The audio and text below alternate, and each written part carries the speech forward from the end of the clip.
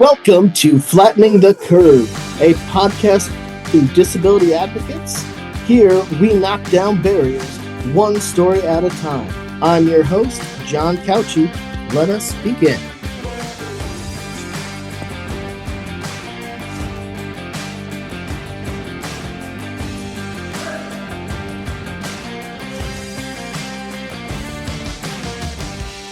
Today, we are joined by a very amazing guest, partner here in the building from Special Olympics, Jen VanSkiver. We just talked about your title, and it already slipped out of my head. Do you mind helping me out with it? I don't mind at all. It's Chief Officer of Strategic Growth. Now, Jen, there's a lot to unpack over here with Special Olympics. I guess my first question is, what's Special Olympics? So Special Olympics is, I can tell you what we say on the website, and then I can fill in a little bit of blank. But the Special Olympics can be found on every continent in the world. It can be found in every state in this nation, and it can be found in every zip code in the state of Michigan. It is. I just want to clarify, it can be found in Antarctica? I believe it can. That is absolutely phenomenal. I'm so glad you asked. And so what we do is we're a year-round sports organization that provides training and competition at no cost to our athletes. Our athletes are individuals of any age, from 2 to 102, who have one thing in common. They have an intellectual disability. I hate focusing on that because they have a million other things that are in common as well. But that's the distinguishing quality. But we also have a number of individuals who participate in Special Olympics without intellectual disabilities. We call those folks partners. And so you will find folks who want to play on the same team as our athletes. So you have teams with and without intellectual disabilities, training, competing, building friendships, fellowship, networks, a sense of purpose and meaning, finding community together. And so we have lots of competitions and trainings that, again, are happening all the time, everywhere. Now, as somebody who's been involved in adaptive sports, the value of sports education is massive. And for individuals with any sort of disability, it's something that so often is lacking.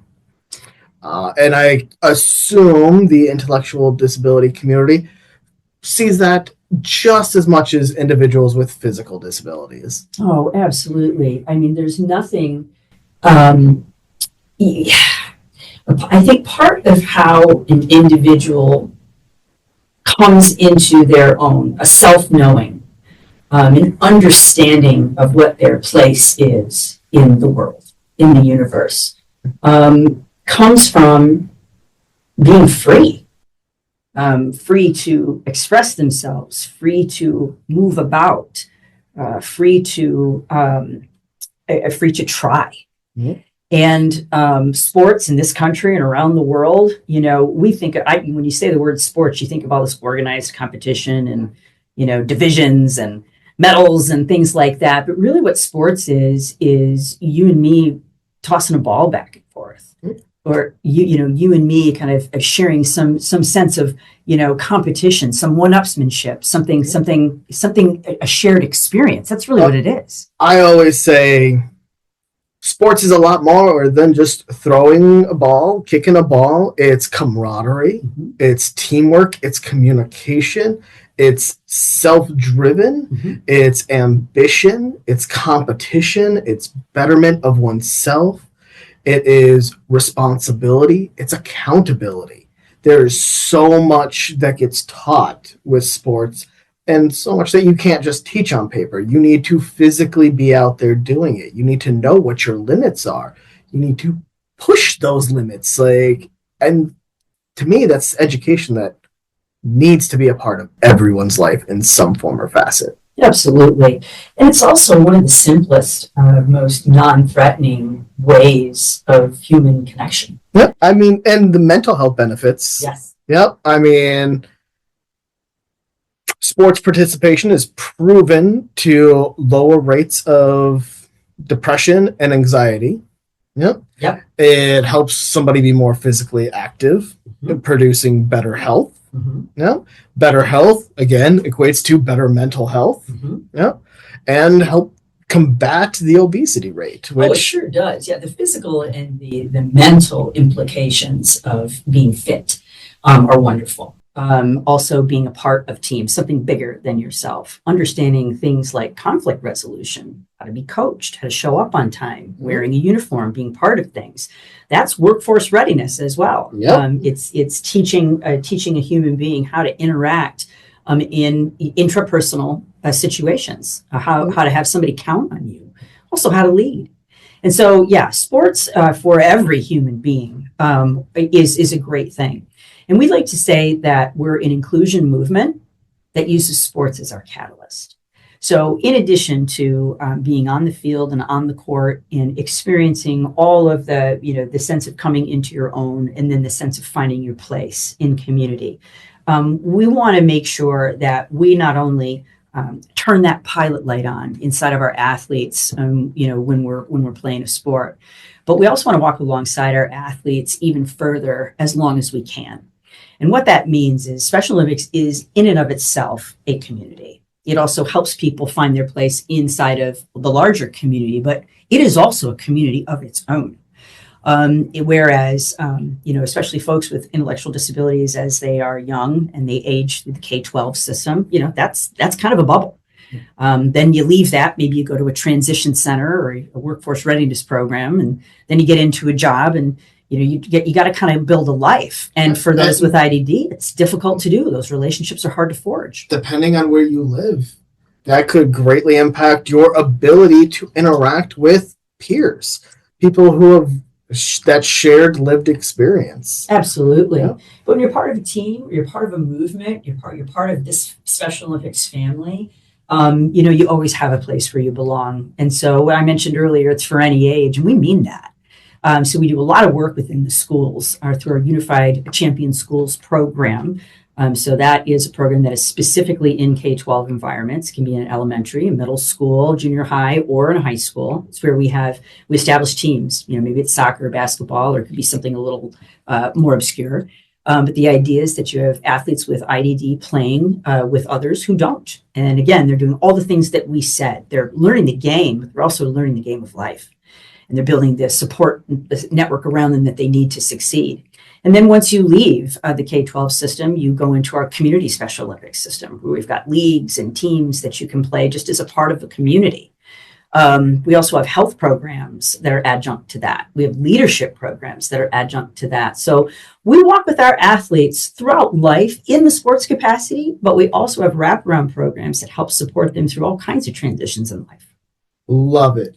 Now, Special Olympics has been around for quite a long time. Many are familiar with the word Special Olympics, but can you give me a little insight on the history of Special Olympics? It really is. It's a very, it starts off tragic, but it ends in absolute beauty.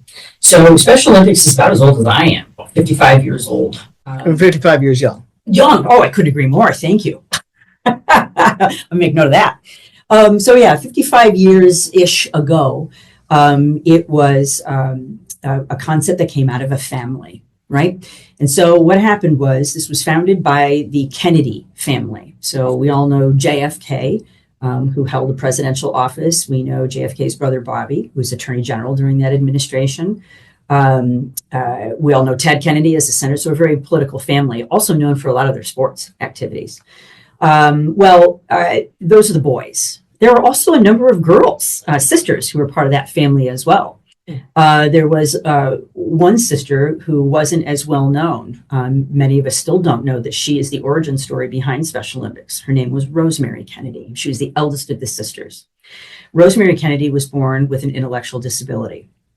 Back in the day, that wasn't something that really had a societal path. It was something that was hidden. And something swept under the rug, some dirty secrets in a family's closet. That's exactly right. And especially in a high profile family with pretty high political and world stage ambitions. And so Rosemary, as she grew, just simply did not hit the same milestones as her brothers and sisters. And again, a highly competitive family. Yeah, kind of hard to compete with President of the United States as a sibling. Exactly. And so Rosemary was somewhat kept in the back. And when it came to the point where the spotlight was too white hot on the family, they put Rosemary in an institution, which was very commonplace practice in that day. Yeah, but in hindsight, we know that the institution system was not the most conducive, not the most beneficial for individuals, and a dark time in U.S. history for individuals with disabilities. I couldn't agree more. And so it was difficult for them to, get her the care that she needed, to figure out the understanding that was needed, to find a place for her in this very, very public family. What ended up happening to Rosemary, another procedure at the time that the psychiatry community was very much behind, was performing lobotomies on people with intellectual disabilities. Rosemary was one of those statistics. For those unaware or unfamiliar with lobotomies, it is removing a chunk of a person's brain. It is. Assuming that there's going to be enhanced performance from the brain. Because as we all know, if you want better performance out of your car, take out a piece of the engine. Exactly. I think, in some instances it was used for epilepsy to reduce seizures. In other instances, it was used to calm people who were acting out with behavioral issues. And as you can imagine, as an individual that was institutionalized, the loneliness, the isolation, the lack of understanding of what was happening to her, of course, there are behavioral issues. And unfortunately, she became one of the statistics of that day. And it was always something that was very regretted in the younger generation of the Kennedy family, I imagine. So, from what I've read. So, long story short, one of the sisters who was closest in age to Rosemary was named Eunice Kennedy. And she very famously married a gentleman named Sergeant Shriver. So her name became the hyphenated Eunice Kennedy Shriver. So Eunice is not a name you hear much anymore. It sure isn't. But her daughter, Maria Shriver, we know her as a TV personality and married Arnold Schwarzenegger and so on. But she has a few other kids as well. Tim Shriver. So Tim Shriver took over Special Olympics from his mother. So he was the heir apparent. He runs the organization to this day. It will be passed on to his son, who is also named Tim. But at any rate, Eunice decided... Less paperwork that needs to be changed. Right, exactly. Keep the name on the door anyway. Yep. But Eunice founded a Special Olympics, as a way to kind of... to kind of right the ship. She was very fascinated by what her sister's abilities were or could have been. And she just felt an affinity, not just for her sister, but for the entirety of the population that was, as you say, swept under the rug or kept out of sight. So she brought her sister out into the light when she was able to do so, and in seeing the promise of her sister or maybe lamenting what might have been, she went ahead and got individuals with special needs just down the street and families that she knew, them out of obscurity and into the light, and put them in the pool of her backyard. And just put them in the pool. She got into the pool and taught them how to swim, taught them how to kick a ball, how to receive a ball, taught them how to run, taught them how to feel good, regardless of how they were running. Felt them good about the fact that they were running. Not how you're swimming or how fast your time is, but that you are swimming. And she was a tough nut. She didn't take no for an answer. But that's what it took to convince families. That's what it took to convince the athletes, as they came to be known, that they absolutely not just have inherent value on this earth, but they have contributory value on this earth. And that became the movement we now know today as Special Olympics. It began as a kind of a games, a once every few years type of thing in a central location on the eastern seaboard. And now, as I mentioned, it's pretty much everywhere, all over Earth. We've got millions and millions and millions of athletes. In the state of Michigan, we have 22,000. And I love how the history of Special Olympics does tie in with American history. Because that, to me, is my own personal pet project of disability history is American history, is world history, And I'm tying it in with the Kennedy family, with the time of institutionalization, really shows like these are the things that were happening in history. We are a part of history when it comes to disability. Love it. Special Olympics has been around for roughly how many years? Oh, half century, 55, 50 plus. Yep. And still going strong. Before we get into uh, what's going on current days, let's go back a few years. Sure. How did you get involved with Special Olympics? Oh, the very best way. My daughter's an athlete. So my daughter Claudia, sometimes she goes by CJ, but now she's coming into her own. So now she prefers Claudia, which I think is fantastic. So let's say Claudia. I'll have to get used to that because I only know her as CJ. I know. And I'm only known as CJ's mom. Maybe I have to change that as well. Yeah, change the business cards. Exactly. So Claudia is 24. We became introduced to Special Olympics in her 8th grade year of schooling over in Forest Hills Public Schools. There was a Special Olympics exhibition game where they were just looking to get some students with intellectual disabilities together to just play a fun game with some of the varsity athletes from the Forest Hills district, and get the school out, have all the students come in during the day for a pep rally and try it out to do something fun and something nice. And so I'm an opt-in mom, so I said, oh yeah, well, sign her up. So whether she wanted to or not, I signed her up for that. She played. And it was literally a transformative experience for me. I feel that's how like most athletes get their start. Yeah. Mom or dad forced me into it. Mm-hmm. I'm sure most soccer players feel that way. Absolutely. Yeah, my kid will learn that when it comes to baseball. And that's fine. It's, again, a rite of passage, isn't it? Exactly. And so CJ, we thought it was just going to be a quick exhibition game. I truly, at the time we agreed to this, thought there would just be parents in the stand. It would pretty much be an empty gym, and they go in and do something fun. When we got there, the gym of Forest Hills Eastern was packed to the rafters, and I walked into that space thinking to myself, "I'm going to fold like a cheap suit. This is unbelievable. I cannot believe the turnout. The noise level in there was substantial. Cheering, signs, every music pumping." So we get her out there. She's only had one practice because she didn't even know how to play basketball before we signed up for this. She's a little tall compared to the kids her age at that time, so they stuck her in at center. The ball is thrown up by the referee. She knows not what to do, so she caught it. Everybody's yelling, dribble this way, pointing in a certain direction. She follows that, dribbles a couple times, closes her eyes, and with all her might, chucked that ball up into the air. And John, it went in. Top of key. And somebody caught it on video. I sure as hell didn't, because I threw my phone up in the air. I was screaming like a crazy person. See, if I was her, I would have retired right then and there. Perfect career, batted 1,000. Go out on top, baby. I'm never going to do better than that. Well, it was sensory overload for her. The crowd, as you can imagine, went wild. And she was a little bit like a deer in the headlights. They pulled her off and sat her down and until she could process what was going on, the noise levels, all the things. I mean, that is a very new experience for somebody. And yeah, people are cheering her name that she doesn't know. So after that happened, a couple of days went by and she said to me, so when is the next game? Mm-hmm. And I said, she got the bug. Yeah. And I said, well, honey, there isn't one. That was a special event. She said, well, is there a team? And I said, I don't know. I guess we could try it out. Well, why don't you call my friend Allie's mom and have her, maybe Allie could play. Can we practice some more? I don't mind wearing that uniform. I want to go to school today. I want to go on that field trip. Can I buy lunch at school?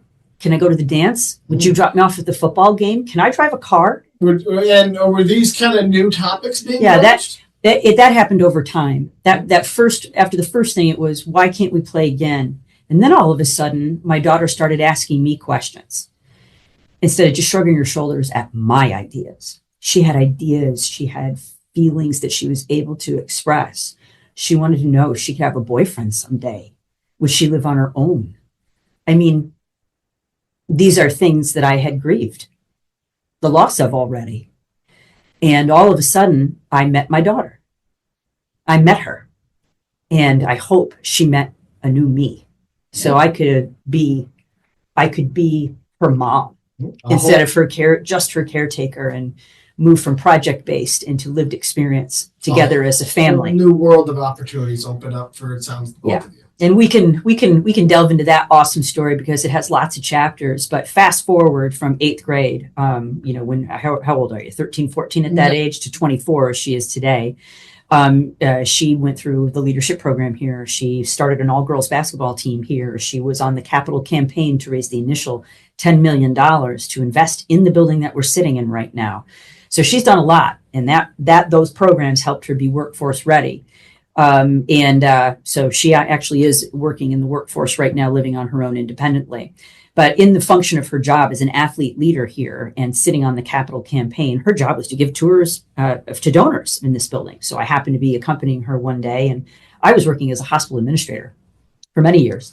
At the end of the tour, the CEO said, "Hey, I now realize, John, rhetorically, he said, 'How's your job going?'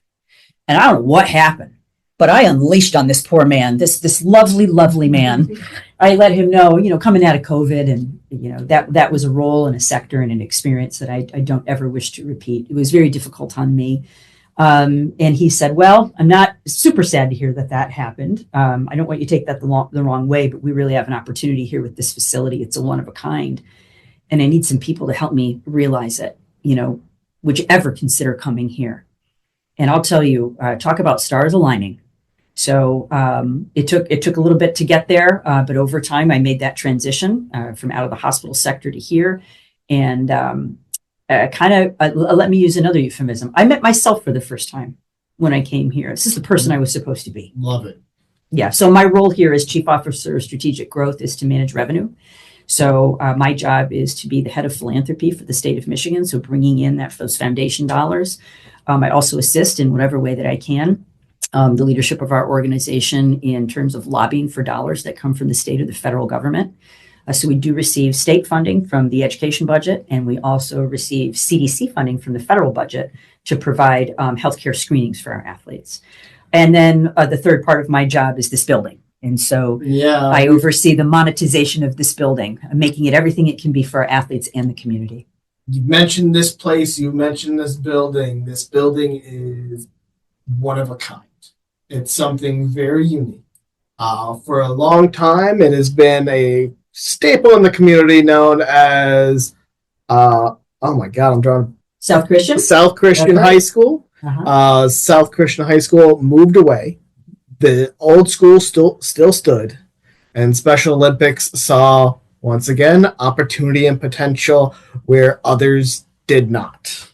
We did. I'm really proud of Special Olympics Michigan. I've been a donor and a volunteer and a mom of an athlete for a very long time before actually joining the movement officially as a paid staffer. And I really did not know hardly anything about this organization prior to joining it. I am shocked at what I didn't know. And so what I see this building being is an opportunity to really peel back the curtain on the breadth and the depth and the calculable impact economically, from a healthcare perspective, from a societal perspective. There is a calculable benefit to this, to what we do as a program globally. We have a building now, a brick and mortar beacon, a place where people can go to immerse themselves in the experience of inclusion in myriad ways. And so it is a world first, John. You're exactly right. Special Olympics is a movement that is driven by programming.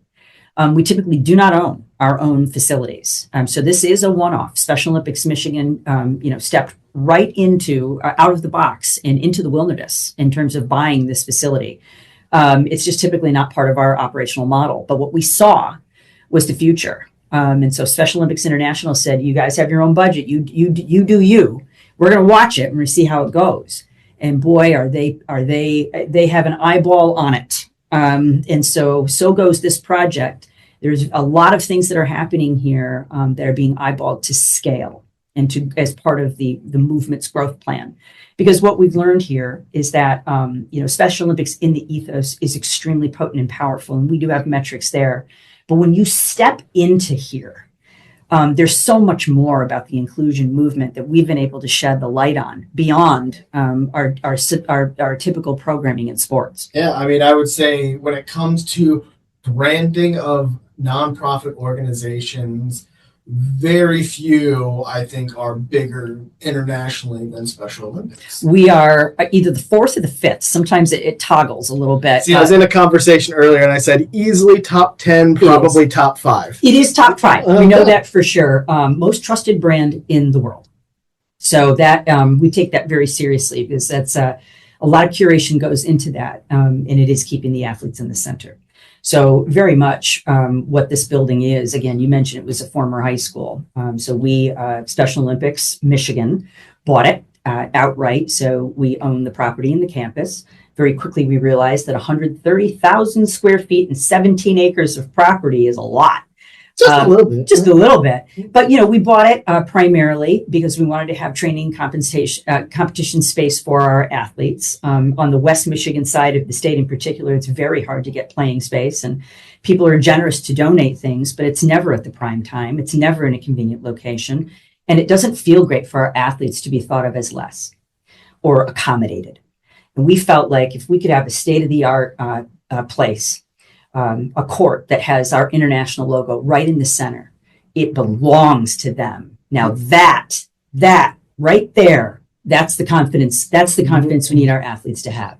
Ownership of the space. Yeah, and ownership of their self-directed life. That's what that feels like. So we did it for training. Like you stole that phrase from our mission statement. Probably. We are neighbors. Yes. Yep. So speaking of neighbors, with the space in here, we were able to develop it in a way where we could welcome in what we call collaborating partners. You could call folks like disability advocates a tenant, but that's transactional, and that's not what we are. No. So we have 9 other nonprofits that serve the intellectually disabled community in some way, who also call this building home. Representing housing, representing benefits, representing transportation, representing specific constituency bases like individuals with Down syndrome or autism, mental health. It's all here. Now, I tested Dave in one of our previous episodes. Can you name all the tenants? Yes, I can. Okay, fire away. You want me to fire away? Yeah. All right, let's start with Special Olympics Michigan. Let's go down the road. So down the road this way is disability advocates, and then we hit thresholds, and then we hit deaf and hard of hearing services, and then we wrap around the corner. We have community living services, a case management organization. We have Autism Alliance of Michigan. We have Autism Support of Kent County. We have the Be Nice Folks, which is the Mental Health Foundation of West Michigan. We have Down Syndrome Association of West Michigan. We have Brody's Bee Cafe. We'll soon call this one of their homes. And God, I can't wait for that one. Me too. I'm a coffee snob. I need snacks and coffee all day to fuel us. And then we also have 2 other folks who call us home. We have 2 other sports organizations. Far Out Volleyball, which is a girls' travel volleyball club, and then AYSO Premier United is also here. Obviously, the soccer organization uses our fields as their home turf. And Far Out Volleyball uses our gyms as their home competition and tournament area. And what the best part is, though, is that the conversation has been reversed. They came to us looking for playing space. We prioritize our athletes, and they may have a time after our athletes are taken care of first, and they agreed to it, and they support us wholeheartedly. So we've got a pretty nice family going here. So instead of you guys always going out searching, now people are searching you out in your space. It's really nice to be sought after. I'll tell you who else is seeking us out. So we've talked about the fact that Special Olympics has training competition space here, right? We've talked about the fact that we're a service hub with lots of different entities, creating like the mire of one-stop shopping for the disability community. Yep. The third thing that we are is that we've got a lot of space that we've converted into meeting and conference space. I've got an auditorium that seats 600 people.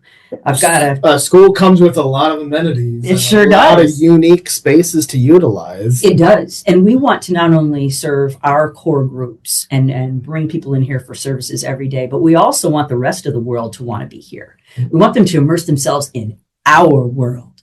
We want them to adjust and accommodate versus us having to do that in a societal that was not built with us in mind and certainly not built with us at the table. So we love it when companies from the outside want to host a meeting or a conference or a symposium or attend a speaker series or even just play bocce here. Or host a Laugh Fest event. Oh, yes, and see great comedians like the one that I'm looking at across the table right Yeah. now. That's right. Yeah. So, I mean, being able to show that disability truly has a space in our community. It does. And not just hidden off in a little pocket, Renting some space somewhere actually has a true staple in the community. And we're teaching. Yep. We're teaching here. This is a learning lab for a lot of global companies who have come to us when they knew that we had a space that needed to transform. We are very lucky to live in a part of the world that has a lot of research and development when it comes to spaces, places, and systems planning. So, I mean, obviously our key partner is disability advocates. But when you think about corporations out there, Steelcase came to the table immediately with not only their industrial design team, but all, the people who make and concept what types of furniture do we need and how should it be built. And you know one thing that I love about the furniture around here? What? Remind us all who picked out this furniture that we see around the building. Stakeholders. And I'll tell you what, we didn't do it right to begin with. We learned here. When it first came to us ordering the furniture, I did it. I do not have an intellectual disability. I am a visitor here. I'm also a person who made assumptions. I'm a person who spoke on behalf of. I used my title as a mother. I used my title as a leader of this organization to do that. And I thought I was doing it with the best of intentions. And what Steelcase taught us is we can do better. We take one step further. That is a disservice. And so what they taught us through their inclusive design division, which is a whole division at that company. Oh, and a fantastic one that we at Disability Advocates work with often. Often, yes. They taught us that we needed to include our stakeholder directly, that feedback. And so, As the famous line goes, nothing about us without us. Yep. And so we, again, there's a lot of education that has to happen out there, John. And it has to happen even within organizations like ours. We have to be open to learning. We have to be open for change. And we have to realize that our spaces, places, and systems were not built with our people in mind. And especially when you're talking about our population of people in the IDD community, was not built with our voices anywhere in that mix. Inclusion is a journey. I think that is the easiest way to sum it up. We are all learning. There is no true destination because we can always move the needle further. We can. And so since Steelcase took us on that journey and we've become open to it, I'm now demanding that in every vendor partner that comes in here. And that is consistent through architecture and engineering to the construction companies that we work with and their subcontractors. That also includes the technology companies we work with. That includes signage companies that we work with. That includes everybody. And as a result of that, changing that lens, changing that entire mindset and expectations for how we perform here, we now have incredible partnerships that, again, started with Steelcase and that change, that transformational change. And now we have partners in all of those sectors that we've talked about. We have relationships with companies who are making a wearable apparel that have sensors built into them. So athletes who perhaps maybe have autism and cannot tolerate the buzzer on a basketball court, maybe we can just give them a signal through the wearable on their jersey. Let's say we have an individual who's coming into the building who has low vision or is blind.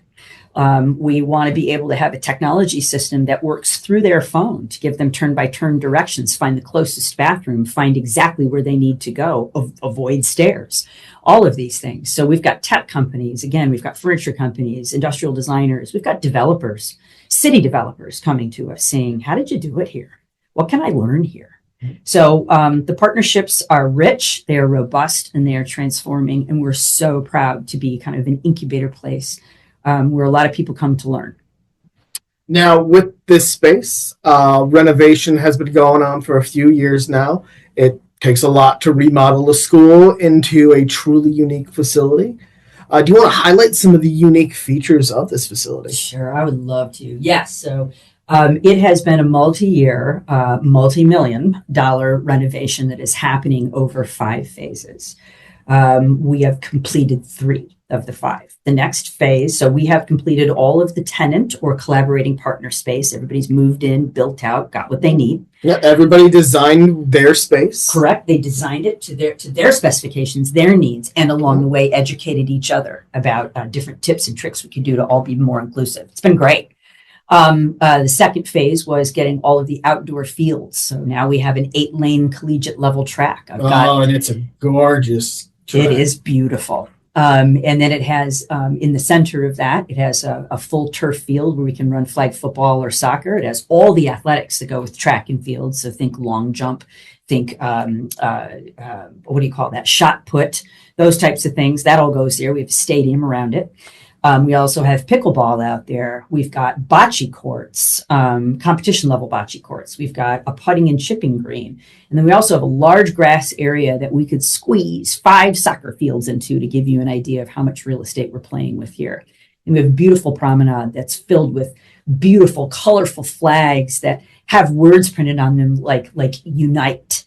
And inclusion, things like that. So just very inspirational. It just breaks my heart that we got that white stuff outside right now, and I can't go out there. And it is. It breaks my heart too. So you just have to go in the gyms. Yep. That's what you have to do because those are equally great.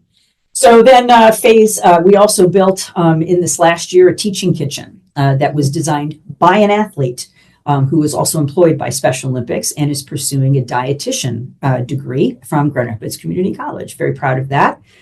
We have a flexible athlete hub space, which is used for instruction or parties or whatever we want to do.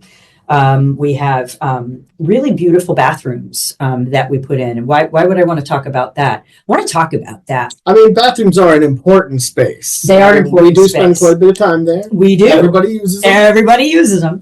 But the spaces, the bathrooms that we built here, so we needed to add more bathrooms as we've added, use of the building. You got to scale to accommodate large groups. So we knew we needed to put in more bathrooms. And so we put in two large bathrooms. The design standards internationally allow for gender neutral bathrooms. Nationally, you can do gender neutral bathrooms. State of Michigan will allow you to do that. Our local ordinance here does not. There's various and sundry reasons why it doesn't. And so it requires for us to have a men's and a women's separate bathroom. Maybe eventually that will change. But here's why it needed to change for us right now. We have a group of people who need sometimes support when they are using the facilities. And it is a matter of dignity. It is a matter of, it is humanity. I'll just throw this out there as a side note. As a parent, as a father with a daughter, I kid you not, I walk up to the bathrooms and I stare at the women's, I stare at the men's and ask myself, which one do I take my daughter into? Do I make my daughter swallow her dignity? Right now she's 3, so that is a small pill to swallow. Right. And take her into the men's, or do I take her into the women's? Which me walking in a women's bathroom probably gets some odd looks. So I mean, making everybody feel welcome in a space like that. That's true. I mean, you can have the single-use bathrooms, right? We all know what those are, but I can't possibly, there's not enough real estate on the 17 acres of property that we have here for me to do that, to accommodate all the people that would be using this facility. And so what this is not is a political dialogue. That's not what this is. What this is a dignity dialogue. And I need the ability for our athletes to maintain their dignity no matter where they are, what they're doing in this facility. And unfortunately, we do have situations where accidents occur quite often, and we need caregivers to be able to support wherever they need to be. So we have built, if you've ever used a porta potty outside, you know that you can go next to anybody. Right. And so we have built floor to ceiling banks of restrooms that have their own ventilation and lighting and all of that. And then you just kind of come out and you have the trough sink. Right now, they're labeled men's and women's. I've got a section for men and a section for women. When or if that ordinance changes, then we'll make an adjustment and we'll take those signs down and you can use whatever you'd like. But what this is an opportunity for us to talk about design, form and function, design and dignity. and what an inclusive space needs to consider and what are the real facts. And so that's what we've got. So right now we're absolutely compliant, so we can have occupancy, but they are built in a way that we can easily adjust to accommodate our athletes when the time is right. I can't see the signs. Use whichever one I feel like using at the time. And I don't care who's next to me. And they don't care that I'm in there. Right. Yeah. So, and then the last, the fourth phase is going to begin in March, or begins this year in the spring, and it will wrap up in September of 2025, and that will be to complete the rest of the common areas in the back half of the building where our gyms are. That will include a new fitness center. It will include a healthcare clinic area for our screenings. It will include 2 beautiful museum spaces in 2 different locations that will be able to tell really great stories through artifacts and signage and technology. It'll include a new registration desk and a brand new entrance on the west side of the building that will actually look like an entrance instead of a side door, which is what it looks like right now.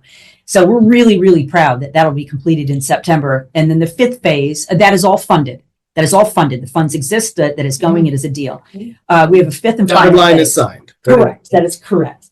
We're entering into our fundraising right now for the 5th and what would be the final phase, and that would be to completely overhaul the auditorium that is here. It is functional, and it is available for use. It is in use on the daily here. You've used it many a times. Right, but it is absolutely, if you close your eyes and envision a 1972 high school auditorium, that's what we got going on. So it works, but it could work better. For example, if you are using a wheelchair and you're in the audience and you would like to get up on the stage and deliver remarks or a thank you or receive an award, you can't do that.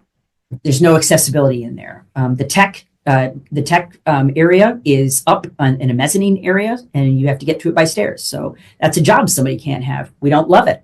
We can do better with sound. We can do better with visuals. We can do better with the seating. We are no longer 1972 sized Americans. So we can do better. So that would be the 5th and final phase. Will also include an overhaul of our center courtyard and some other amenities in the outdoor area that we talked about earlier, where all of our activities are there. So that is underway now, and we expect maybe to wrap that up in the next couple of years. And if you're interested in seeing what's been done, if you're interested in seeing what's in the works, and if you're interested in seeing what's to come, and maybe even getting involved in that somehow, we'd love to engage you. And you can just reach out to SOMI, stands for Special Olympics Michigan, SOMI.org, and just type in, search the Inclusion Center, and you can see more information there. Or if there's if my contact information is available, you can always contact me directly, and I can give you any information you want to know about what this building is all about and where it's headed. Yeah. It's an absolutely gorgeous space. I too love showing it off with any visitors we have because it is truly a unique gem. Now, we've talked about Special Olympics as an organization. We've talked about how you got involved in this great organization, and we've talked about this beautiful space. I kind of want to wrap up with possibly the most important thing. How do people get involved or participate? Absolutely. So a little bit of the same direction as it would be to get involved in the building or any capital campaigns we have here at the building. The organization itself, as I mentioned, is in every single zip code in the state of Michigan. We reach all the corners. There is a Special Olympics event happening every single day somewhere in multiple places across the state. So it doesn't matter where you're listening from. There's a Special Olympics activity. There are Special Olympics athletes in your community who need you. There are only 46 people who work in the state office for Special Olympics. 46 people. Can you imagine? There are 22,000 athletes statewide, which represents only 1/5 of the IDD population in the state. So we've got a lot of room to grow. The only way we can grow is to grow through volunteers. So, the best way to get involved, I don't even in my job as a professional fundraiser, I don't typically go right to donor discussions. I feel that I want people to invest in inclusion. That's what I want. Yes, I would love people to donate to this program or get their name on a banner or on the back of a t-shirt or things like that. Those are all wonderful things, and those pay bills and keep lights on. But mostly what I'm looking for, John, are for people to invest in this movement. And I think the best way to do that is to be a part of it. And so I want people to volunteer. I think people sometimes are afraid to volunteer. Well, I don't spend much time with the intellectually disabled community. I don't know what to do. I don't want to hurt anybody. I don't want to say the wrong thing. Or I don't want to coach a team. I don't know that sport, or I don't know how would I do that? I don't know how to coach a sport in a neurotypical situation. I think it's safe to say money is great. Yeah. Time is invaluable. Time is invaluable. Because that experience not only Benefits the athletes, it benefits that individual, Oh, it yeah. benefits the community. When it comes to time and investment of time, individuals truly get what they put in. You sure do. And what I want to underscore for people is that you don't immediately have to give up 6 months of your life. You can, to but go- you don't have to. You can. We need coaches, but we need volunteers of all kinds. We need folks to help with events. We need folks who can help with fundraising. We need folks who can do all kinds of things. We have, corporations that have volunteer hours. So check wherever you work, check to see if your corporation has a volunteer outreach committee or an inclusion outreach committee, and that you're looking for volunteer hours. Come spend them with me. The other thing that I want to mention is, I mentioned to you about my daughter. I mentioned about where we got our start on this journey together. I mentioned to you that her very first time on the court, on a basketball court, her very first time in a situation where she was in front of that many people and the center of attention. And I mentioned to you what happened when she showed what she could do. And the crowd went wild, wild. The cowbells were banging, the signs were rustling, the hands were clapping, the voices were shouting, many calling her name, many people she does not know, and how overwhelming that was for her in that moment. But once it processed what it turned into, fans in the stands, cheering people on, showing up, filling seats, high fives, tunnels that people can run through, hugs, fist bumps, that matters. It is human connection. It is somebody feeling seen and valued for what they can do. So often our folks are identified and described and introduced by what their deficit, quote unquote, is. At Special Olympics, you are identified, introduced, and valued for what you are doing. And I want people to understand that sometimes just literally showing up at events and being a fan in the stand, it will change your life. And I guarantee you, I think my daughter's awesomely special, but she kind of isn't. These moments are happening every day in every community. And give us an hour of your time. Just come and clap your hands. That's literally the initial investment is all I need from you. And then we can take it from there. love it, love it, love it. And for any families who have not yet participated with Special Olympics, like you mentioned, there's events going on every day. Absolutely. Go to somi.org, somi.org. Become an athlete. You'll hit the button there. It'll drop down. It'll get you hooked up with the person in your community, the dedicated person in your community who is tasked with understanding what you want and then hooking you up with what's available. And I think I can sum this part up with a sign that I've seen out in the hallway. Yeah. You belong. That is really the key to this organization, Special Olympics, is everyone belongs. It is inclusive. It is here for the athletes. Jen, I love chatting with you. We could go on for another couple hours, but I think we should save that for another episode. Anything you want to leave our audience with? Just a thank you. Just a huge heartfelt thank you. I am so grateful to you, John, for getting this platform, pushed out there, giving a voice, not just to our people, but adding a call to action for all of society to tap into this greatness. Look at all companies that are coming in here. They see our people as valuable. We are part of everything that society does already. And this is just a great place to immerse yourself in it and understand a little bit more about how you can find a place in our community. The gratitude I have for you, sir, is huge. So thank you for inviting me. Thank you to Disability Advocates for being a long-term partner of Special Olympics. And thanks to all the listeners for anything that you can do to support the inclusion movement wherever you are. Again, can't say it enough. Love it. You want to give any shameless plugs to any of those huge sponsors? Which huge sponsors? I know we can't get all of them. We can't. No, we have for our inclusive design partners here in this building. Certainly all of the partners that I've mentioned who are tenants here, collaborating partners here. We've gone through that wonderful list of these people. I would also like to say a huge thank you to Steelcase for helping us lead the way to our unbelievable architectural collaboration between Matheson Architects and Fishback Engineering, who have been with us now since 2019 renovating this old house. I'd love to be able to give shout outs to our technology partner, CS Ericsson, which has helped literally transform the systems in this facility and are learning from us as well. These are just incredible partners who have given us their all and continue to walk with us long term. That's truly what corporate citizenry is. And we love partners like that. And so thanks to them for helping us break the ice. This place is not built by one individual. It really took a village. It did. Jen, thank you so much. We will be seeing you around. You bet. I'll be here.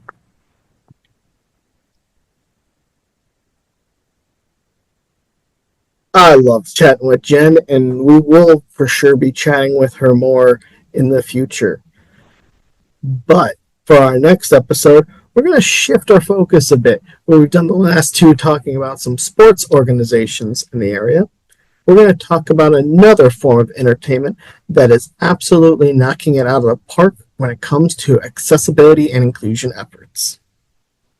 So for those who like live performances, we will be sitting down with Broadway Grand Rapids, discussing how they make their shows accessible to all.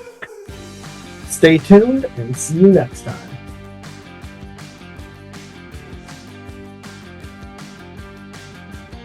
Recording. Once again, this has been John Couchy with Flattening the Curve, a podcast brought to you by Disability Advocates. For more information on our organization, engage with us on social media and visit our website at dakc.us.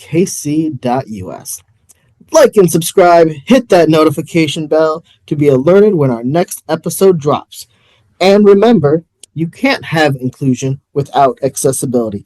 So let's build a more inclusive world, one story at a time.